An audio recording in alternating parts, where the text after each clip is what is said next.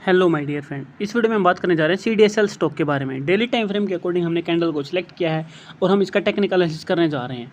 तो यहाँ पर अगर आप देखोगे तो मूविंग एवरेज 50 यानी कि पिछले 50 दिन की एवरेज, 50 दिन की एवरेज पर अगर आप देखते हैं तो प्राइस यहाँ पर इसको सपोर्ट की तरह यूज़ कर रहा है। लेकिन जब इसको ब्रेकआउट कर दे रहा है और कंटिन्यू 2 से 3 ड्रॉप कैंडल बना ले रहा है तो स्टॉक प्राइस हमें मूविंग एवरेज 200 तक जाता दिख रहा है। ठीक है, वही चीज़ हमें आगे भी दिख रही है। और अगर 200 को भी ब्रेक कर दे रहा है तो पिछले 300 दिन की एवरेज तक हमें प्राइस जाके सपोर्ट लेता दिखता है और इस रेंज के अंदर कंसोलिडेट कर रहा है फिर प्राइस। अब यहाँ पर हमें एक स्ट्रॉन्ग सपोर्ट बनता दिख रहा है और उसके बाद से प्राइस ने क्या किया है, एक बार या दो बार तो इस प्राइस को रिस्पेक्ट किया मूविंग एवरेज 50 जो कि पिछले 50 दिन की एवरेज थी, लेकिन अब इसको ब्रेकआउट करता हमें दिख रहा है। तो अगर ये स्टॉक प्राइस को ब्रेकआउट कर देता है और यहाँ पर इस रेंज के अंदर कंसोलिडेट करता है जो कि 1241 से लेकर 1320 के बीच में है, इसके बीच में अगर कंसोलिडेट के ऊपर की तरफ ब्रेकआउट होता है तो ये प्रीवियस हाई के पास पहुँच सकता है और आने वाले टाइम में ये स्टॉक प्राइस हमें 5000 तक के रिटर्न हमें दे सकता है।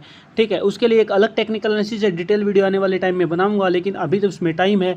ठीक है, तो इसको प्राइस को हम यहाँ पर इस रेंज में देखते हैं। सबसे पहले तो 1240 से 1320 के बीच में कंसोलिडेशन, फिर ब्रेकआउट और फिर 2200 तक का टारगेट है। ठीक है, अगर ये चीज़ें मिलती है तो फिर 5000 तक का जो टारगेट है वो चीज़ें इसके ऊपर जो टेक्निकल एनालिसिस उसकी वीडियो में बाद में लेकर आऊँगा। ठीक है, तो यहाँ पर अगर आप इसको वीकली टाइम फ्रेम के अंदर भी कन्वर्ट करते हैं तो वीकली टाइम फ्रेम के अकॉर्डिंग हमें क्या चीज़ें देखने को मिल रही है। वीकली टाइम फ्रेम के अकॉर्डिंग प्राइस देखिए, जहाँ पर पहले रेजिस्टेंस की तरह यूज हुआ है वहीं पर अगर रुका है। ठीक है, यहाँ पर रेजिस्टेंस था, इस तरीके से यहाँ पर कंसोलिडेशन था, तो उसी रेंज में आगे प्राइस ने कंसोलिडेट किया है। 1296 तक का टारगेट वीकली टाइम फ्रेम के अकॉर्डिंग है।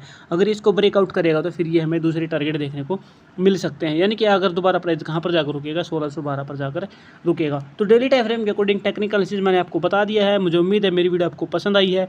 अगर आप चैनल पर नए तो चैनल को सब्सक्राइब करें। मैं बताना चाहूँगा, मैं सेबी रजिस्टर्ड नहीं हूँ, इन्वेस्टमेंट की सलाह नहीं है। अगर आप इन्वेस्ट करना चाहते हैं तो अपने एनालिस्ट से डिटेल ज़रूर मांगें। ठीक है, बाकी इसके जैसे ही नंबर और अपडेट आते हैं और कुछ भी खबर आती है तो मैं आपको ज़रूर अपडेट लेकर आऊँगा। कोई भी न्यूज़ आएगी तो इस वीडियो में इतना ही। चैनल पर नए तो चैनल को सब्सक्राइब जरूर करें। Thank you very much.